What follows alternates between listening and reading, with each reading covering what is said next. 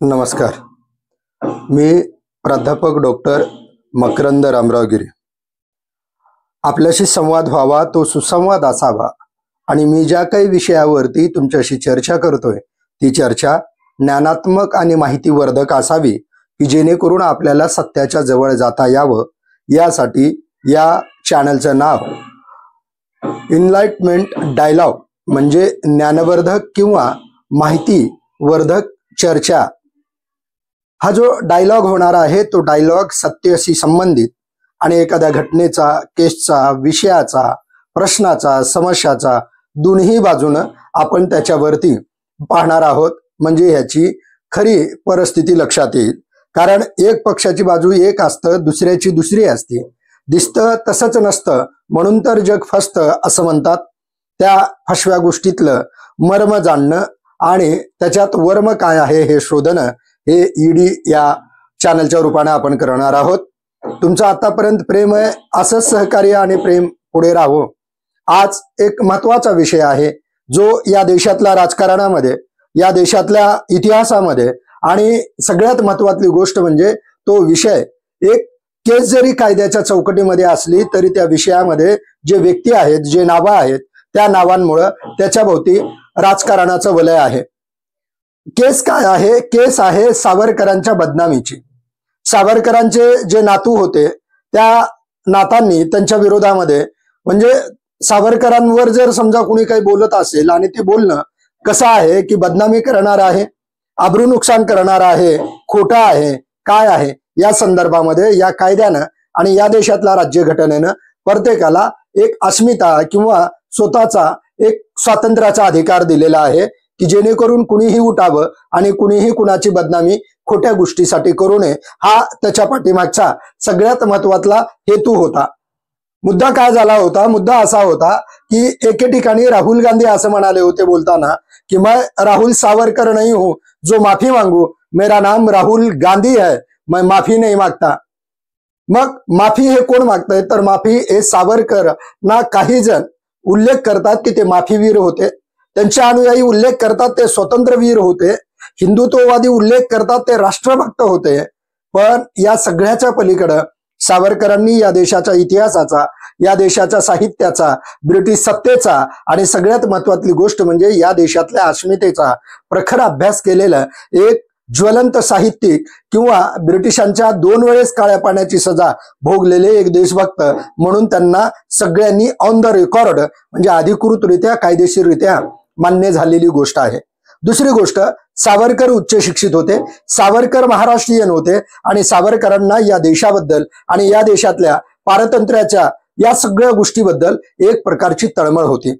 म्हणून तत्कालीन ब्रिटिश सत्तेच्या विरोधामध्ये सावरकरांनी कार्य करायला सुरुवात केलं होतं आणि सावरकरांच्या विचारानं ऐकणाऱ्याचे मन पिटून उठत होतात. म्हणजे सावरकरांच्या शब्दामध्ये अंगार असायचा आणि ते सगळीकडे पसरत जायचा आणि मग त्यातनं काही घटना, काही गोष्टी घडू लागल्या आणि म्हणून त्यावेळेला ब्रिटिश सरकारांच्या लक्षात आलं, करणारे जरी हे असतील तरी ह्यांचे माथे ज्यांच्या विचारानं भरलेले आहेत किंवा ह्यांच्या डोक्यात ज्यांचे विचार आहेत ते विचार कोण मांडणार आहेत. म्हणजे ते सावरकरांपर्यंत पोहोचले. सावरकरांना त्या प्रकरणामध्ये ब्रिटिशांनी राजद्रोह म्हणून काळ्या पाण्याची सजा दिली.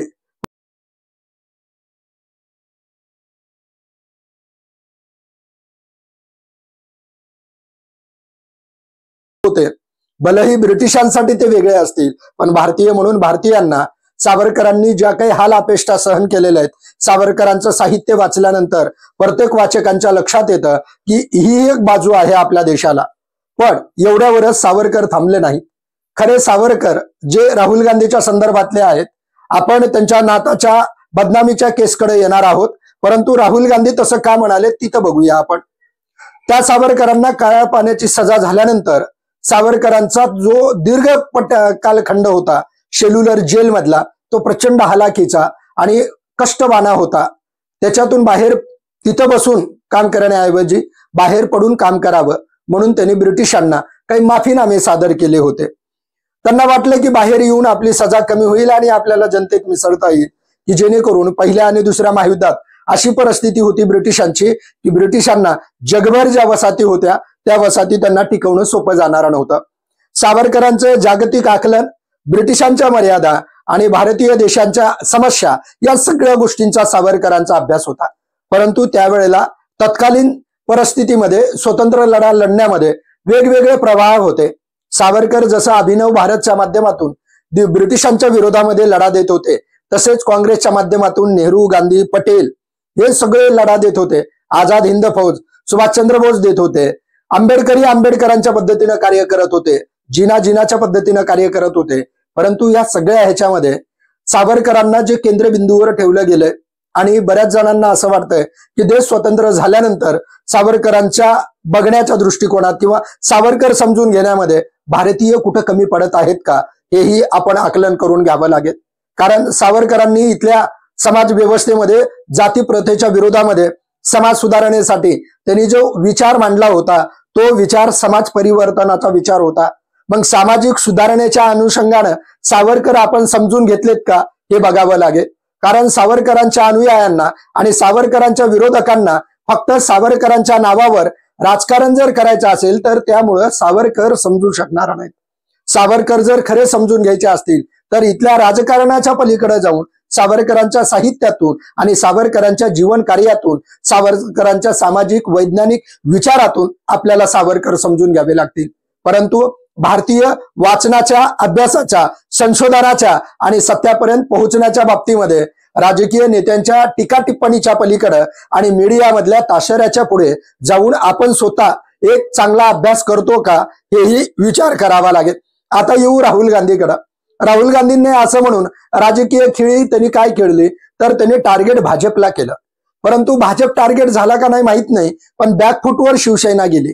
मग शिवसेना बॅकफुटवर गेल्यानंतर मग शिवसेनेचे जे काही प्रतिनिधी होते त्यांना असं म्हणावं लागलं की आम्ही नेहरू आणि गांधींना मानतो, तुम्ही सावरकरांचा अपमान होईल असे काही विधान करू नका, किंवा सावरकर हे महाराष्ट्राचं नाही तर भारताचं दैवत आहे, आमचा राष्ट्राभिमान, आमचा स्वाभिमान सावरकर आहेत. ही शिवसेना आणि काँग्रेसमध्ये असं चाललं. मग भाजपने मात्र त्यांची भूमिका त्यांच्या पद्धतीनं राजकीय लाभ म्हणा किंवा जी काही भूमिका असेल त्यांना त्या दिशेनं त्यांनी त्यांचं ठरवून घेतलेलं होतं. आता येऊ बदनामीची जी केस आहे ती. गांधी हत्याचा जो कट झाला होता त्या गांधी हत्यामध्ये नथुराम गोडसे, गोपाळ गोडसे यांच्यावरती फाशीची शिक्षा झाली आणि त्या खटल्यामध्ये सावरकरांना सहआरोपी करण्यात आलं होतं. परंतु न्यायालयाने त्यांना निर्दोष मुक्त केलं होतं. न्यायालयाने दोषमुक्त केल्यानंतर त्यांच्यावर कुठलाही त्या गोष्टीचा आरोप येत नाही किंवा त्यांना त्या गुन्ह्या संदर्भामध्ये जबाबदार धरता येत नाही, ही वस्तुस्थिती न्यायालय म्हणतंय. परंतु आपल्याकडे काय झालं, आपल्याकडं देशाच्या स्वातंत्र्याच्या लढ्यातले गांधी आणि सावरकर हे स्पर्धक होते. त्याच्यानंतर सत्तेमध्ये नेहरू सत्तेत गेले, पण देश स्वातंत्र्य झाल्यावर सुद्धा सावरकरांचा वनवास थांबला नाही. आज सुद्धा सावरकरांचं नाव घेतल्याशिवाय इतर डावे, उजवे, हिंदुत्ववादी, पुरोगामी, प्रतिगामी किंवा जो कुठला विचारधारेच्या छावण्या पडलेल्या आहेत त्या सगळ्यांना खरे सावरकर इथल्या शेवटच्या घटकापर्यंत किंवा तरुण वर्गापर्यंत पोहोचण्याऐवजी सावरकरांच्या नावावर राजकारणच करून गोंधळ घालण्याचं काम केलेलं आहे. नेमकं राहुल गांधी का तसं म्हणाले ते राहुल गांधींना माहिती, परंतु त्या गोंधळामुळे इकडे मात्र त्यांचे जे नातू होते सत्यकी सावरकर यांनी मात्र त्यांच्यावर अब्रू नुकसानीचा आणि बदनामीचा केस दाखल केली पुण्यामध्ये. ती केस दाखल झाल्यानंतर तिकडून त्यांच्या बाजूने वकिलांनी विचारलं की बदनामीची केस कुणाला दाखल करता येते, जे ब्लड रिलेटिव्ह आहेत, म्हणजे ज्यांचं रक्ताचं नातं आहे त्यांनाच बदनामीची केस दाखल करता येते.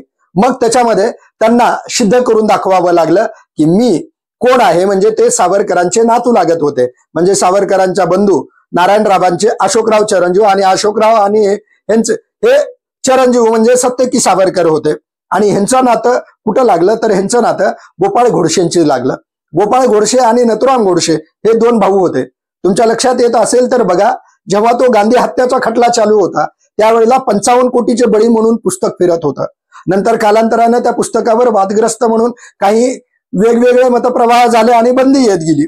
परंतु या सगळ्या प्रक्रियेमध्ये भारत पाकिस्तान फाळणी, भारताचं स्वातंत्र्य, गांधीची हत्या ह्या जशा बाजू आहेत तसं आजचं तत्कालीन राजकारण सुद्धा आहे, हे सुद्धा आपण समजून घ्यावं लागेल. तत्कालीन राजकारण करायचं असेल तर लोकशाहीमध्ये जनाधार आणि विकास महत्वाचा आहे, परंतु जनाधार आणि विकासाबरोबरच महापुरुषांचे नावं सुद्धा मध्ये खेचले आणि ओढले जाते.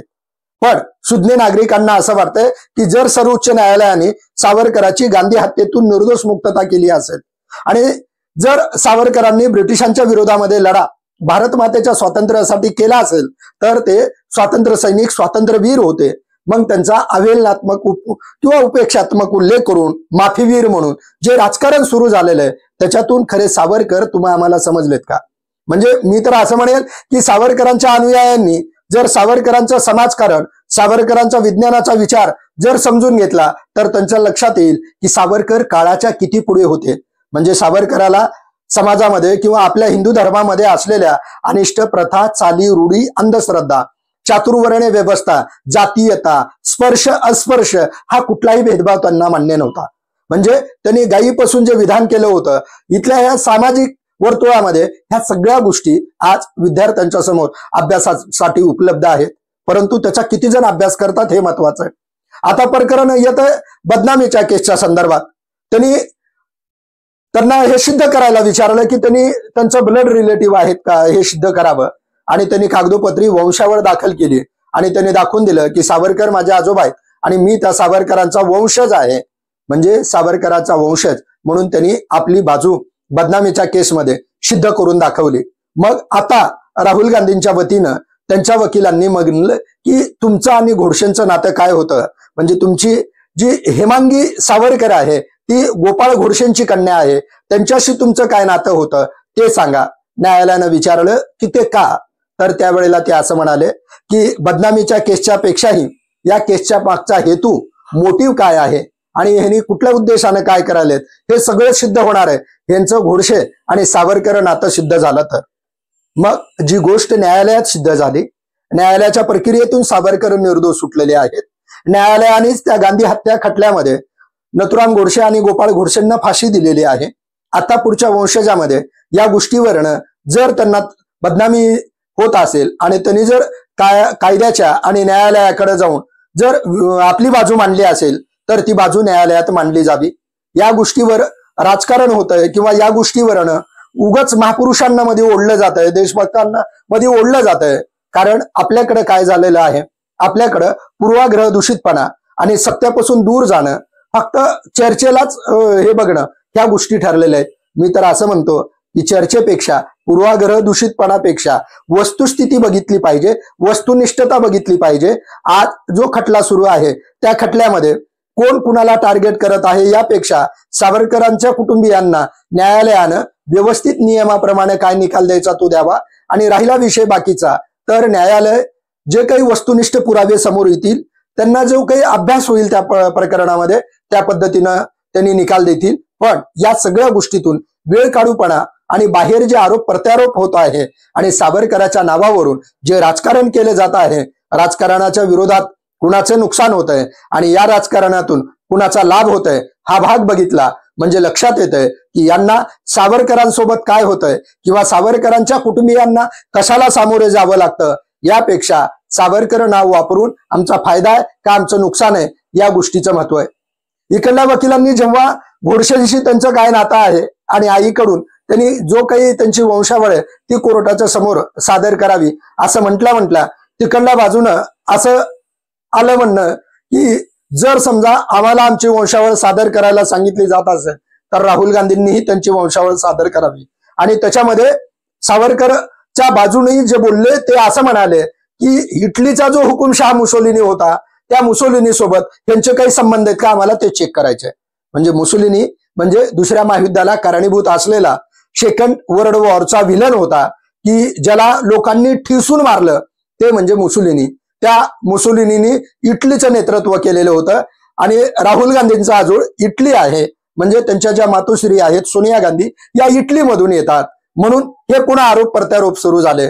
पण प्रश्न असा आहे की गांधी हत्येचा निकाल न्यायालयानं लागलेला आहे. मग सावरकरांच्या नावावर एवढं जे काही राजकारण चाललेलं आहे त्या राजकारणातून जी बदनामीची केस उभी आहे त्या केसकडे लक्ष देऊया. कारण शेवटी या देशामध्ये जातीच्या धर्माच्या पलीकडे जाऊन जोपर्यंत राष्ट्राचा विचार होत नाही तोपर्यंत मनामध्ये जे काही पूर्वाग्रह दूषितपणाचे पुट चढलेले आहेत ते पुट गळून पडून सत्य दिसू शकणारा नाही. म्हणूनच की काय या आपण एनलाइटमेंट डायलॉग म्हणजे याचे शॉर्ट फॉर्म ई आणि डी ईडी या रूपानं आपण चॅनलच्या माध्यमातून अशाच महत्वपूर्ण खटल्यावर, प्रकरणावर, समस्येवर आणि विषयावर चर्चा करत राहू. असंच तुमचं सहकार्य आणि प्रेम राहू या ठिकाणी मी थांबतो. नमस्कार.